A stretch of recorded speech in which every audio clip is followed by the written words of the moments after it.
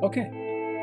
So I just want to talk about the relationship between music and wellness because more and more now I'm weaving them together. Whereas before, music practice was music practice, and then you hear about mental health issues, and then there would be music therapy, which kind of stood on its own in the therapeutical sense, and then you had the traditional avenues of wellness that were not always intrinsically related to creating a music practice or a music community.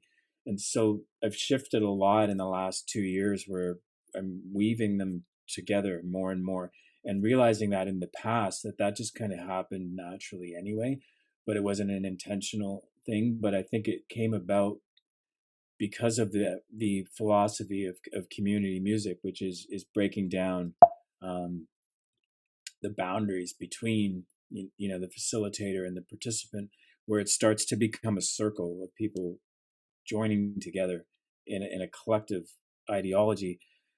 So the more that I've done, I've been immersing in direct healing and doing meditation and Reiki, and realizing as I've been doing that as you heal yourself, and especially as you open up and become vulnerable with the people you're working with.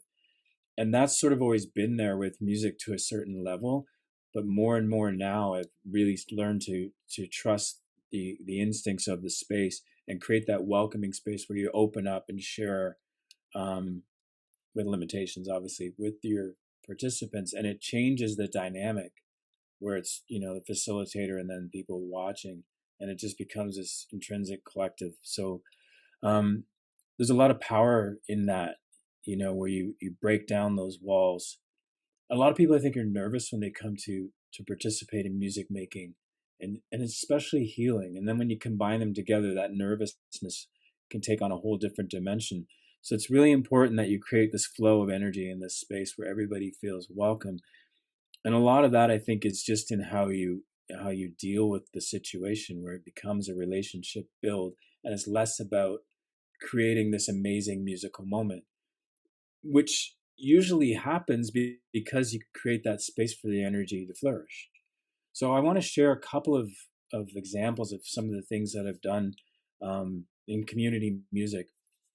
And one of them was the Senior Song Project, which was not the greatest name, but that was the name that was given to us because it was funded by the University of Toronto and in November 2019. And we were to go to work in 3 homes in Scarborough.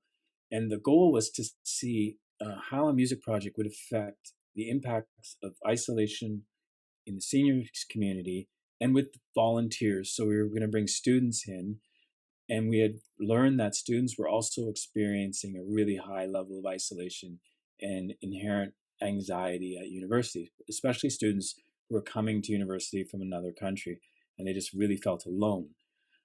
So the goal was to have student volunteers at every session, which didn't quite work out. And it was really a really tough outreach. We really questioned how can we do that and still, like, without being insensitive. So we did get some student volunteers, but the real impact was that we were able to attest to was the impact with the seniors. So you can see in this first slide here, these were the 2 co-facilitators, George and Luck. We just stood at the front of the room, and we were too serious, like, and we just kind of sang to the seniors, and it didn't work well. Um, and they were really, really funny in their feedback and direct, in that they would just stop and say, "We can't hear what you're singing," because we were using a PA system, which we stopped using after the first day, based on their feedback. And we also um, we also heard that they couldn't make out what key we were in. So it was really funny. We were doing Amazing Grace, and we had to do it in 4 different keys before they would sing along. And but I don't know if it was a matter of the key. It was just the distance of us being there and them being apart. So sharing a little video here.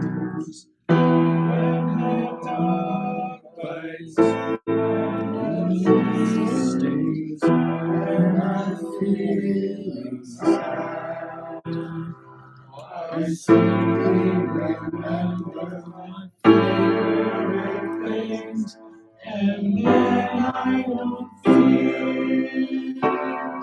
so.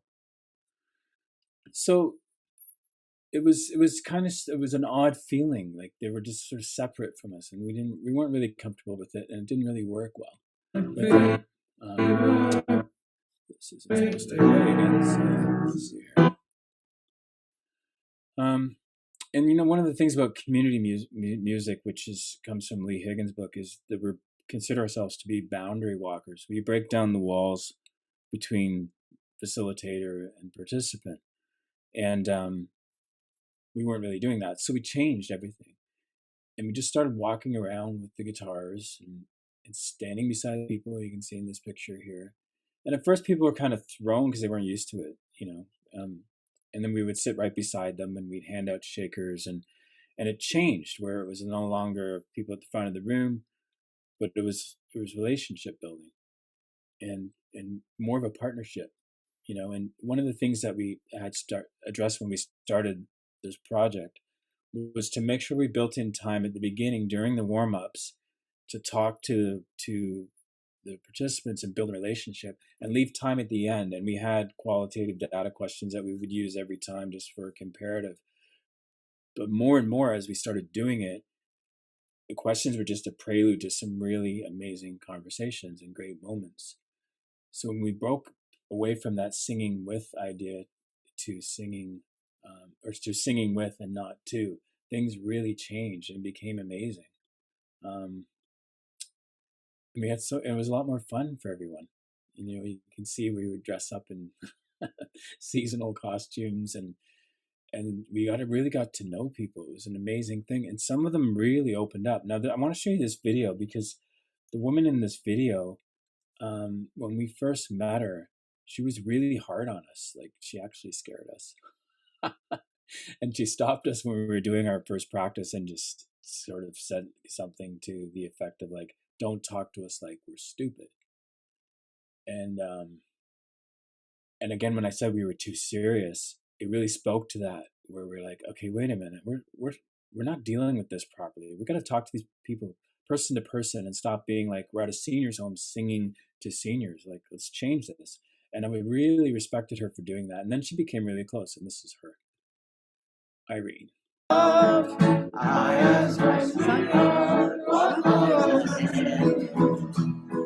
Will we have rainbows day after day? This what she said to say. Everyone. Que sera, sera. Whatever will be, will be. The future's not ours to see. She also won Best Hat that day. But something really profound happened with her in that conversational capacity that we developed. So she went from terrifying us to being the person we started to really look forward to, because she was funny and really outspoken. And you can see by the Halloween headgear, she had a real sense of fun about her. But she looked at us, it was after the Christmas show, and she looked at us and she got really serious, and she just said, I want to ask you guys a question. And we're like, yeah, sure, anything. She goes, do you like us? So we kind of laughed at first and said, yeah, of course we like you. And she goes, no. I'm serious now. She goes, I know you guys are paid to come here, but she goes, I want to know, do you like us as people? I'm not talking about the singing. So nothing to do with it. And then she said, the singing's not important. It's about this. So we were like, yeah. And it's just, we got sensed the moment. I just said, I'll be honest with you, this is a highlight of my week. Like, I love coming here. I'm learning about you guys. The stories that you are telling us are amazing. I would share the stories with people, and they're just like, wow, it's incredible. And it was a really emotional moment, and then in a real, it was an epiphany moment. It's like, okay, this is all about, like, the music is just a connection piece here, and the wellness fact of it was, people don't take time to listen. And it was a real lesson. It's like, it only took 2 minutes to hear a story. And I remember sitting after class one day, I was talking to this woman named, she was from Ireland. I shouldn't say her name. So anyway, I was sitting with her, and she started telling me the story of her life, how she had met her husband and they were living in Ireland, and she was Protestant and he was Catholic, and they fell in love, but it wasn't allowed. So they left when they were 15 and 16, and they moved to Glasgow, and they they lived it really poorly, and then eventually they made their way to Canada, and he became professor of mathematics, and she taught math at a high school, and they were together for over 40 years. So she's telling me this incredible story, and then she goes, "Oh, sorry, I shouldn't bore you with this." And I'm like, "Are you kidding? This is like the best story I've heard all year. It's an amazing story of triumph and love, you know."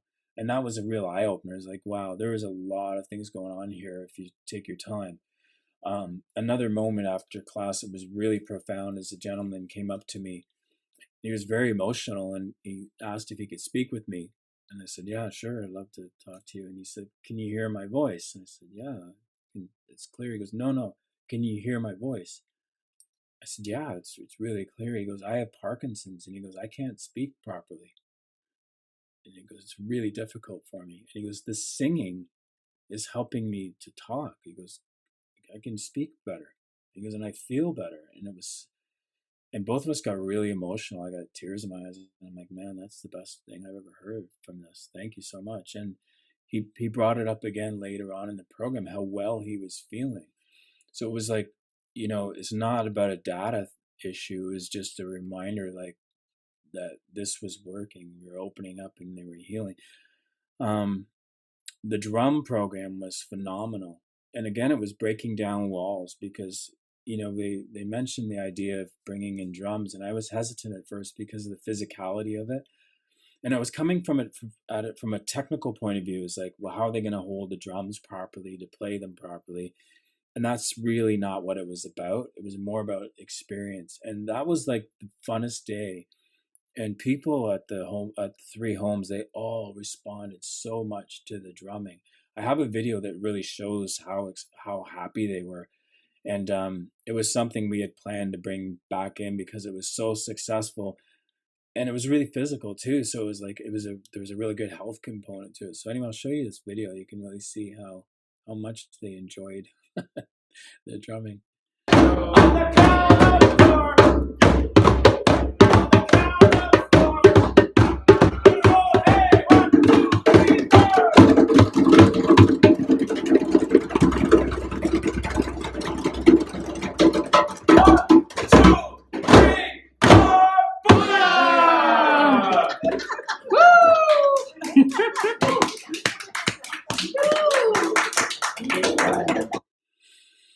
It was an amazing session, and it was a real reminder that the boundaries that exist are often just what we create, and that's one of the beautiful things about music that is a wellness based practice is you can circumvent some of those boundaries that exist.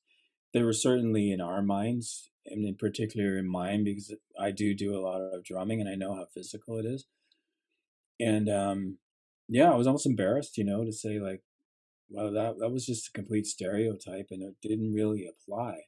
So there's always a learning in this, and I love that aspect of it. Like, no matter how much I know going into it, I'm really trying to come into each workshop and experience now with this idea of something I read about called Shoshin, which is Japanese for beginner's mind, and just coming into these experiences and taking them as being brand new and letting them grow and develop. And it's been life changing to do that, to come in and sort of, you have a basic plan, but you're leaving room for it to grow, and you're leaving room for experiences to come out and conversations to come out. And that's been an incredible growth in the work that I'm doing. The other thing I'd like to share with you guys is my work in the North. And um, it started in 2006, and I've worked in several different flying communities in the far north since then.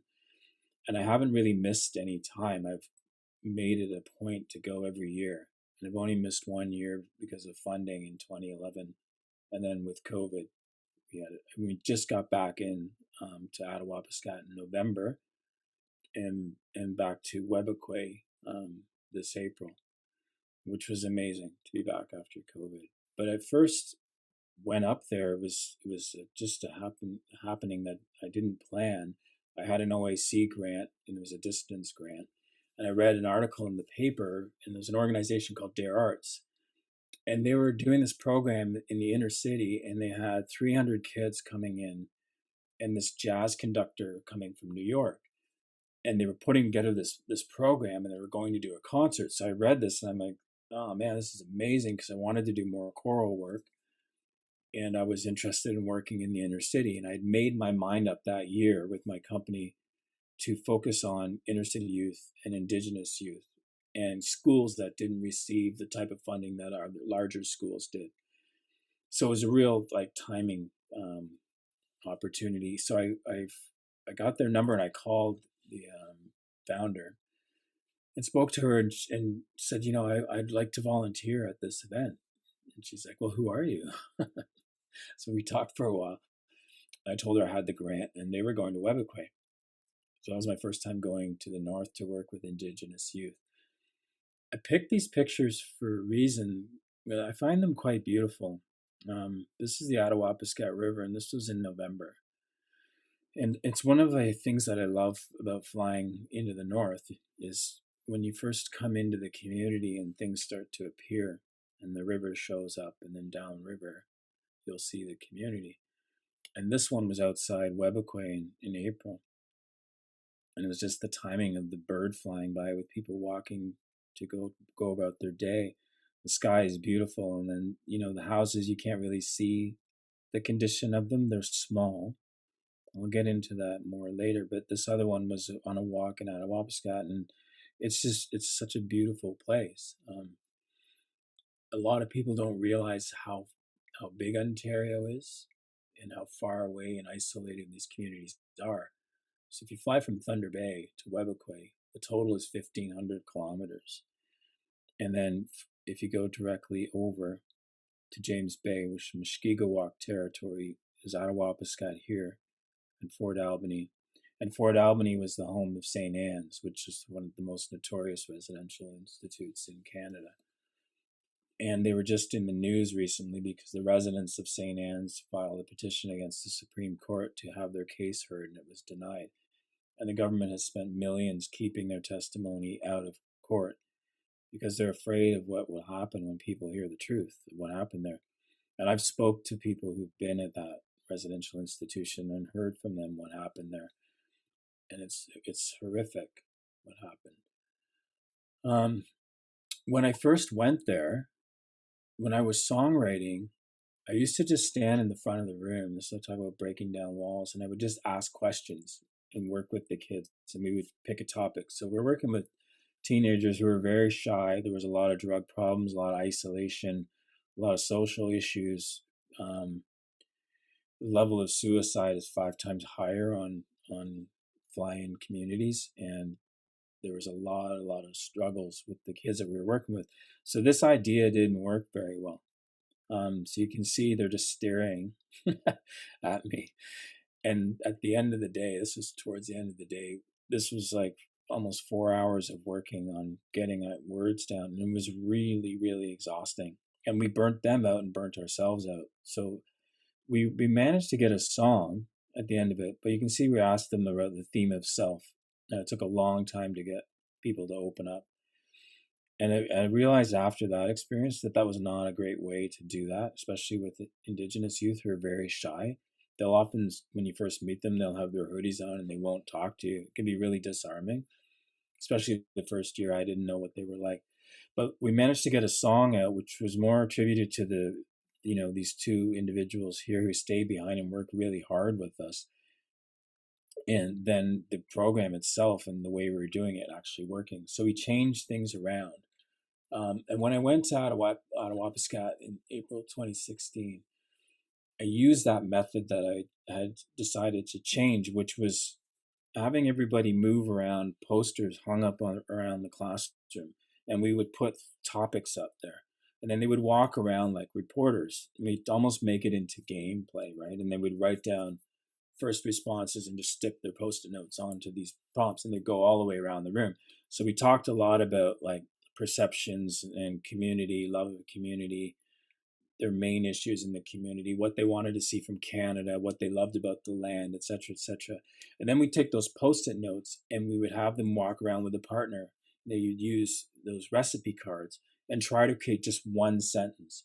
And then they would put four together, and then they had a verse. So we taught them that way, and it was so much better than just standing at the front of the room in these awkward moments when everybody was moving, there was energy, and it just felt like more of a collective experience. So we were called Tatawapiskat because there was a crisis in April 2016, and 11 youth tried to take their lives, and then later 13 were taken to hospital because of a copycat issue, and they were worried that they had been overheard talking about doing it themselves. So we went up to work with the youth to try and create a song and a video that was their story. So I want to play a little bit of this song because, and just point attention to the lyrics, because it was really amazing to hear their voice saying what they wanted the world to hear. Take a look at the media, but not everything is at a team. You see crisis after crisis, but you don't see what we see. In this community, we are fighting for equality and peace.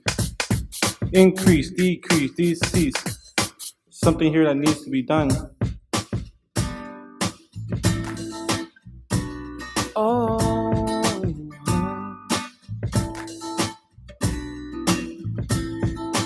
Going through good times and bad times, but I'm still holding on. I wish I could talk to someone, but there isn't anyone I can count on. I got myself back up, nobody was there. I worked hard making the money flow. When I speak my mind is when I feel strong. We're walking for peace, we're looking for hope. We are still young, we come together as one. We're walking for peace, we're looking for hope. We are still young, we come together as one.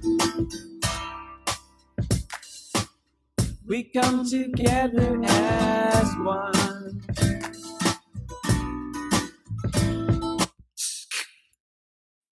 Yeah, it was really powerful.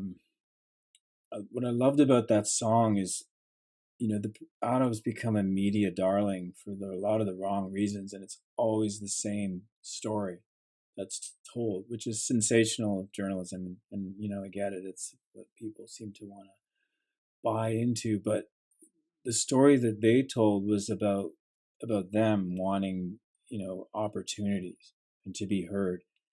They did a walk in the video, and they walked around the community, and it was filmed. It was really powerful. But it was great to be able to have that opportunity to work with them, to give them a chance to heal. And the music in the video is perpetual. It lives on. They still listen to it. And that's one of the things that I learned that's great about music and videos, and especially in communities like that where they feel like people don't hear them, is that they live forever, right? And one of the paradoxes of the reserve that really opened my eyes to what was going on there is, on the outside, you see how beautiful it is when you're flying in, and then you look at the community from the inside, and it's not, it's a developing nation. And the homes are run down, because of the Indian Act, you can't own your own home. And there's often 20 people crowded into homes built for 6. But, despite these challenges, there's a renaissance going on, a cultural renaissance. And Truth and Reconciliation asks us to come alongside as settlers and work in partnership with our Indigenous community. And one of those partnership tenets is to learn about Indigenous culture. And what I've learned is how strong of an effect the recapturing of their culture is having on the youth. This young man had a lot of problems and rediscovered love for life through traditional dancing. The regalia he made himself, he's the only one who can touch it. And you can see it in his face. There's this imminent pride about him as he's recapturing what was taken from them through the residential school system, the 60s scoop, and all the other things that have happened to Indigenous communities that are still going on. Um, One of the things that I love about what I consider my Indigenous family, when I talk about building relationships in community, is um, that friends become family. So I wanted to tell you some stories about some of these young people that I've worked with who have gone on and done amazing things. And in between, there was a cookout at Webbequay last time we were there, and the ladies were there every day, getting up early and making food for us. And it's such a beautiful thing to go into that smokehouse and you smell the food, and they're so friendly. And we were singing Country Roads together one day. And they're just really welcoming and beautiful people. And I think that's what's not talked about enough. There's a lot of talk about the trauma and what's happened, but there's not a lot of talk about the sense of family and the welcoming aspects of Indigenous communities, and how open they are to your questions if you ask with respect. That's how you learn. So this young man here, Evan Troutlake, I met him when he was 15, and we gave him this guitar. He's now 30, and he had a lot of issues to work with, like a lot of the youth did, but he's a remarkable musician. I was there hanging out in the gym, and I heard someone playing Metallica on acoustic guitar, and Metallica's not easy to play. So my head kind of whipped around, and I'm like, "Wow, who's that?" As soon as I looked at him, he stopped. I'm like, "Can you play that again?" He's like, just looks away. And I'm like, "Oh man." So I figured, all right, I better not watch him. Maybe he'll start playing. So sure enough, I turned away, and then he started playing again. And then we got to know each other, and he wrote a song that I'm going to play for you at the end. He wrote the guitar part for it. He's very talented. He's written 3 songs that we've worked on together in the community. The young man over here with the headphones on recording, Jack Linkletter Jr., is a traditional singer. And Jack is one of the most amazing people I've ever met. And I have to tell you the story about him, and a lot of it you won't believe. He's just a remarkable young man. So in this picture, he's 16. He's a traditional singer, so I had him come in and do some chant vocals over top of a song we had written. When I first met Jack, I started to hear all these stories about him. So one of the things I heard was Jack had organized this ditch cleaning in Attawapiskat. He got a bunch of youths together, and there was a lot of garbage and stuff thrown into the ditches in the community. So he just went around and cleaned them up. That was his initiative on his own. He would go and sit and have tea with the elders because he wanted to learn the language. Even at a young age, he was very in tune with what was necessary to preserve Cree culture. And that the connection to the language to the land was one of the most important tenets of Indigenous culture that needed to be preserved, and the language was being lost. So he was so strong on that he would spend his free time learning it directly from the source.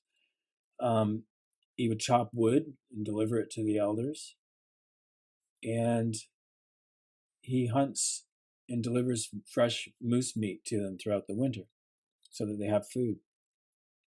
So these are the things that he's been doing kind of consistently throughout his life. He's also a volunteer firefighter, and he's had really close calls. He saved his cousin in a fire. He broke into a house that was burning down, dragged his cousins out of the fire, fell through the door, and they fell out into the snow.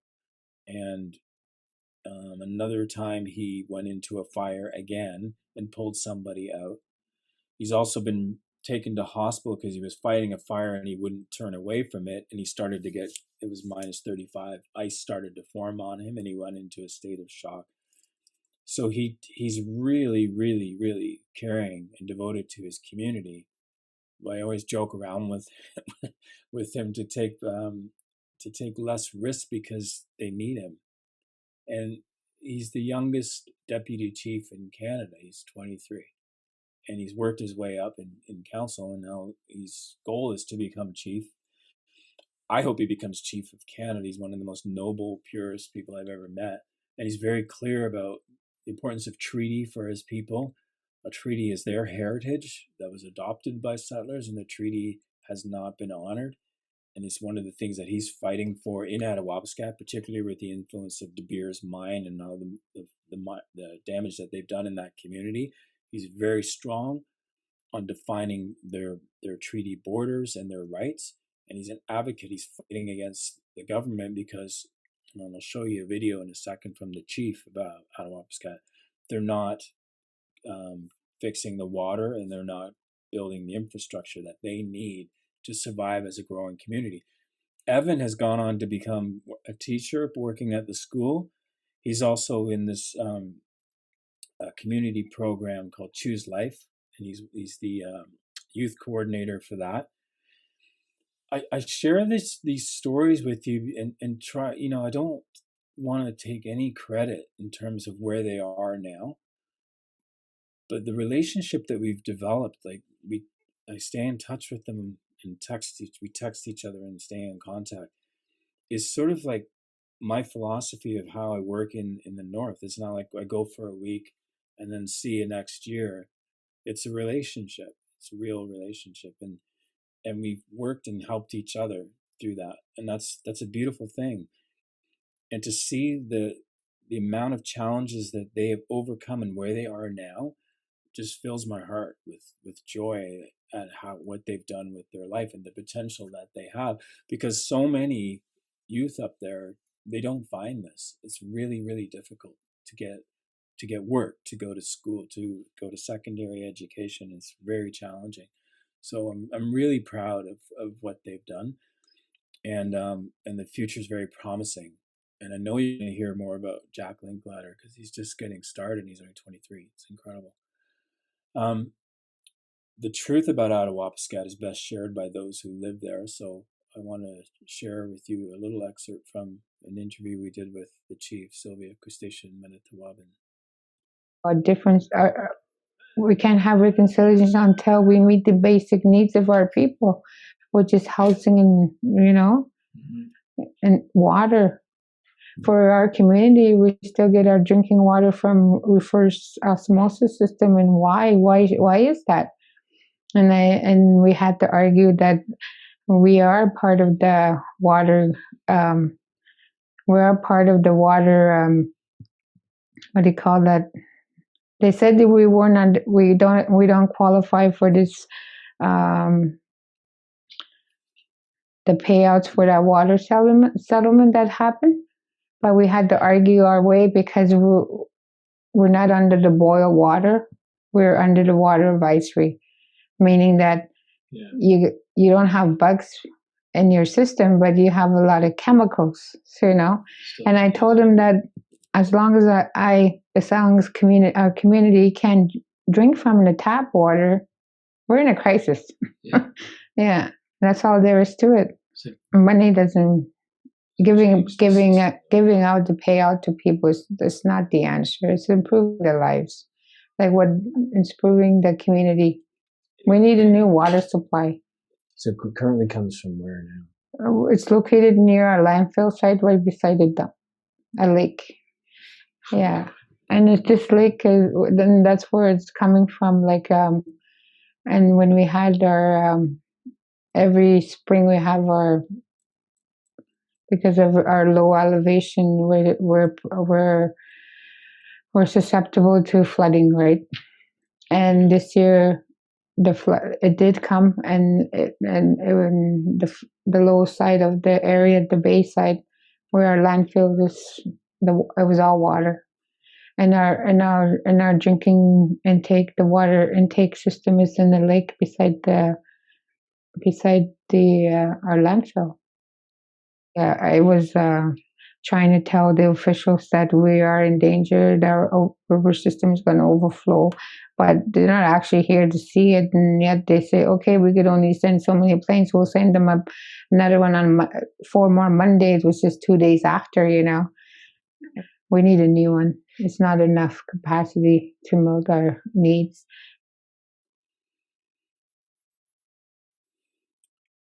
A difference. So there's a lot of this that happens in different communities, and the story's all too familiar. I worked in Martin Falls, a Goki Post, which has become it's become more familiar to people because of Gord Downey's work, bringing the story of Chani Wenjack to life through The Stranger, and that's Martin Falls. So Martin Falls, you can't boil the water. So they bring bottled water in, and it costs millions of dollars. We built a bear out of the plastic bottles that we used as like a protest against what was going on there. Kashechewan, they evacuate every year because they're below floodplain. They've asked to be moved up for years. And Sorry, Glenn. Can you speak a little louder? Yeah. Sorry. Yeah, in Kashechewan, every year they're evacuated because of flooding. They're on a floodplain. They've asked to be moved up above. In Attawapiskat, they were evacuated this spring because of flooding. Same story. And it's sad because it happens over and over again. And you hear it in the news, but the reality is like things don't change fast enough. It's a crisis, right? So I don't know why. I have my beliefs about it. Why a crisis in an Indigenous community is different than in a settler community. It's xenophobic for sure. They're also out of sight, out of mind. But when you're working directly with people like that, it's really humbling to hear their story. And when you experience the life, like, and it's really like, I never want to claim to understand what they're going through, but that week that we were there, we went through 6 jugs of those of water because you can't use the water. You have to be careful even how long you shower in Attawapiskat because the water is so heavy with mineral content. And that was 3 of us. So you can imagine a house up there where there's an average of 16 to 18 people in a house built for 6. How much water they use in a week. And you have to go to the station to get it. And it's such an inconvenience. And it's just one of the many things that that they have to deal with it up there. I love this picture of this young lady because the shift in the way that I was working with students became more about empowerment rather than me sitting saying we're going to record the song and doing all the technical sides of things and directing them. It shifted where they were active participants in the creation of the song, the technical parts. So now when I record, the kids do it. I'm hands off, and it takes longer, but they learn how to do it. And she picked up how to record so fast. It was amazing. And she became like the engineer, right? So you empower them by giving belief, and that's one of the most important aspects of wellness, I think, when you're working with music, especially in communities that have been damaged by trauma, is you start with that belief, and just by allowing them to explore, to make mistakes, to redefine the project in their vision, it's an empowerment. And there's a healing that comes from that. Sometimes there's a mystery to wellness. Like, what do you do with communities that are so severely traumatized? Like, where do you even begin? And that's something that I'm still always like examining when I travel to these communities in the North, is like to be very careful about what you bring and to be really respectful of the situation that they're in. When we went back in after COVID, the isolation effects were amplified in that community to a really high level, where the kids are incredibly shy right now and suffering from a lot of anxiety. So the thing with it that was, I guess, really, I don't know how to put it. The thing that was good to see, though, was like the same sort of relationship philosophy was still in effect. It still worked, where you just came up there and just said to the kids, like, our opening day was just, we're so glad to be here with you guys. We're so happy to be here with you. And, doing the art projects with them, we did songwriting, visual art. It was amazing just to see them investing into these projects, all of who they were. So, I came to the North just for adventure, really, to be honest. And it was exciting to be able to go to an Indigenous community. But I've found much more than I could imagine, the capacity to believe in yourself, the power of love and relationships has really come back to me, in ways that I never anticipated. And that's that circle that I speak about of self-love. When I learned about Indigenous cultural philosophy of Seven Grandfathers' teachings. It made so much sense to me when I started to get an understanding of why the language was so important. Because when you hear someone speak Cree, there's a rhythm to it. It reminds me almost of their powwow drums. It's got this pedantic, beautiful rhythm, and then that's those words that they use for their land that rhythmically connect them to the earth and to their story, their elders, the way the elders tell the story. Nobody can tell the story the same way unless it's in that language. I started to understand. It's like, okay, well, that's why it's so important, and that's why the land is so important to the Indigenous people. It all works in a circle. It's all connected. You can't put one thing over here and another there. It doesn't make sense.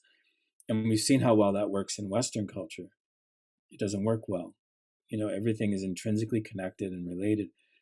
And that's something that I consider to be a gift to me from working with Indigenous communities, is to learn that circle of life, and that being vulnerable and open is empowerment. It's not a sign of weakness. The question of can music heal? Like sometimes people speculate, well, it's just the thing. You just listen to it and you enjoy it, and can it heal? Absolutely, I think it can heal. I think we all have seen it, but I mean, this picture is evidence to me of the healing capacity of music. I showed you briefly that the book Seven Fallen Feathers from Tanya Talaga, and when I got this book, I didn't know that the first chapter was about a youth that I worked with in Webakwe. So it was a bit traumatic. I opened up the book and started reading, and it was Jordan Wabas, who I worked with in 2006. And he was murdered in Thunder Bay. Well, I will say he died under suspicious circumstances in Thunder Bay. And these were his classmates. So we went up after his body was found in 2011 to do a healing project with these students. And they poured their heart and soul into this song. And I was so deeply humbled to be a part of it, to see what music could do, how coming together to try and get through a very difficult time was so life-changing. And again, it was just being open to possibility and really listening to what they had to say. So I want to share this song with you. And the title was from the students' Spirit of the North. And all these words were their words. So we just helped guide them, but they created the lyrics and the music. So I'm just going to grab my guitar.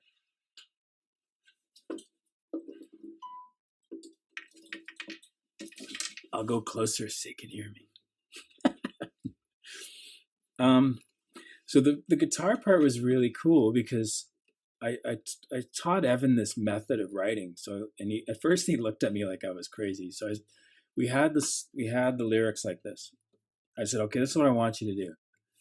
I want you to imagine that you're cocooned around the lyrics. It's just you and the lyrics, and you're in this space. And I want you to feel the energy off the lyrics, feel the story, and then forget about everything that you know about playing guitar, and just play what the song tells you to play. So he just looked at me. He's like, okay. and then he comes up with this riff 10 minutes later, and I'll show you up close, because it's not a conventional chord. So he's playing in this. It was a bit slow like this.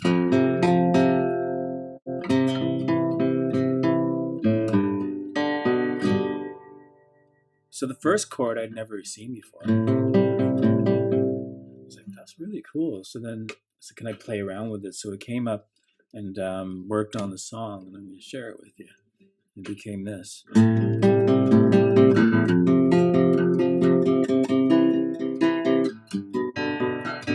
Heavy hearts, silent words, unspoken, forgotten, no direction. Showing up is half the battle. We're losing loved ones, family and friends, feeling alone. I can see I'm letting go of the anger in me, and help me now, help me get back, 'cause love can make you feel anything. Love is pride, love is strength, love is warm, love can make you feel anything. I wanna see myself proud, I wanna see myself strong, I wanna be who I am, had enough of being wrong. Love can make you feel anything.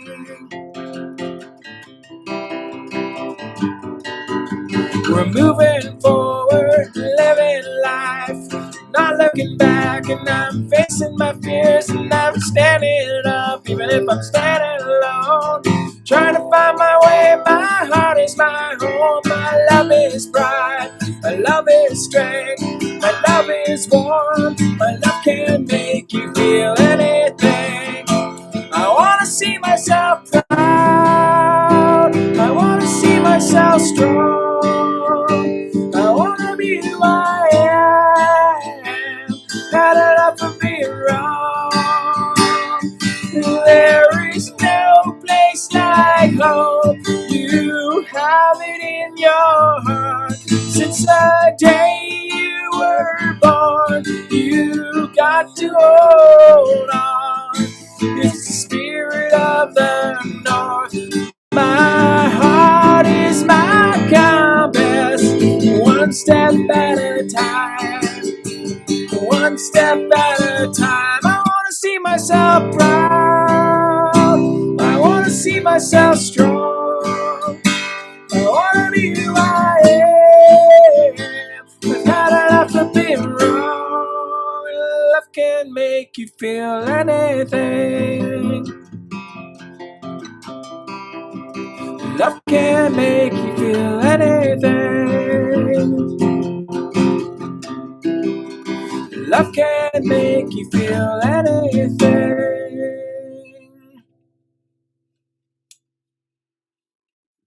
Thank you, good people. Yeah, that song always gets me. It's immediately takes me back to how it felt to be so connected with people through music and opening your heart to healing.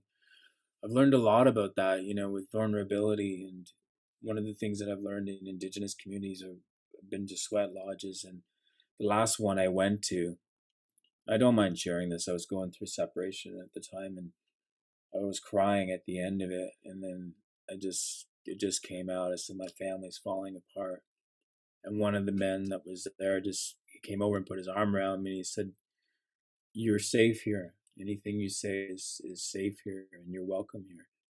It was such an amazing moment, to realize, it was okay to share and to be open like that when you're felt comfortable with people around you. And it's something I always try to share with people about Indigenous communities. They're people like us. They're wonderful people. So everything that you do in terms of building a relationship with them is a step forward. When it comes to truth and reconciliation, those 94 calls to action can be intimidating. And where do you begin? And I think that's where music and community music and wellness, I don't even think we've begun to build the bridges that we can, and it's monumental what we can do. And it makes me so inspired to continue, because, you see this happening, the powerhouses are resurfacing, and they're inspiring and igniting Indigenous youth across the country to speak loudly and clearly. Here we are, So to be a part of that is amazing. So I'm going to stop sharing now. It's enough sharing. It's too much. But yeah, if anybody wanted to has any questions or anything, I'm open to.